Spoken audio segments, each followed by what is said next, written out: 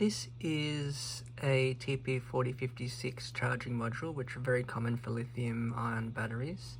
But as you can see, I removed the little resistor on R3 and replaced it with a 10K resistor because this charges at 1 amp and it's way too big for this mystery lipo pack.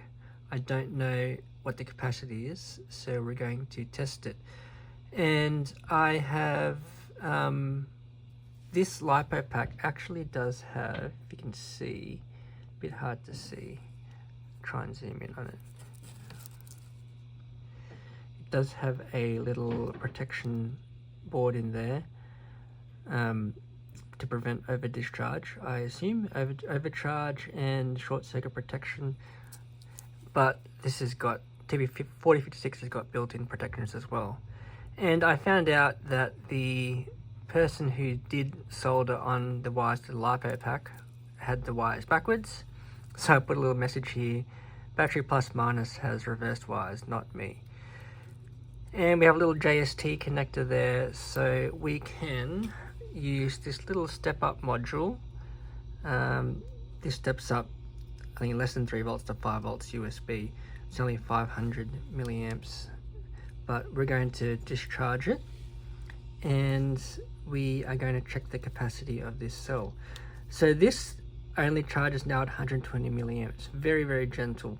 If it charges at 1 amp, it's way too quick and it's going to puff up and yeah, bad things could happen. So we'll start testing it now. Okay, this is my 18650 tester, but it does have a USB-C output, so you can test a USB device. We have to the boost converter and then to the lipo pack. So there are some efficiencies in here, but we'll get a rough idea of what my lipo capacity pack is. So we're going to change this to discharge. Yeah, stop at 2.5 volts and I'll charge it back up again. There we go, and now it's discharging at 0.71 amps. That's pretty quick. It's already dropped down to 2.81 volts. The sag on a little poor little thing. I'll report back when it's finished.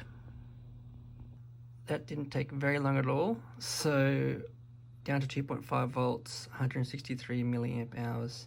It's jumped back up to 4.83 because of the sag. I can't tell you the internal resistance of this because it's hooked up via USB, but only took about 15 minutes. So I've written the capacity on there, and now we are charging it back up. So I'm charging it now. I accidentally didn't put this inline meter before I plugged it in to charge, but as we can see, it's only delivering 0.1 amp, so that resistor is actually in fact working. 120 milliamps is what I expect to go in from it. And now it's fully charged. As you can see, the blue light is on the TP4056 and the current is at 0 and I delivered 0.9 watt hours. And that's because I didn't plug this until a bit after I started charging it. There we go.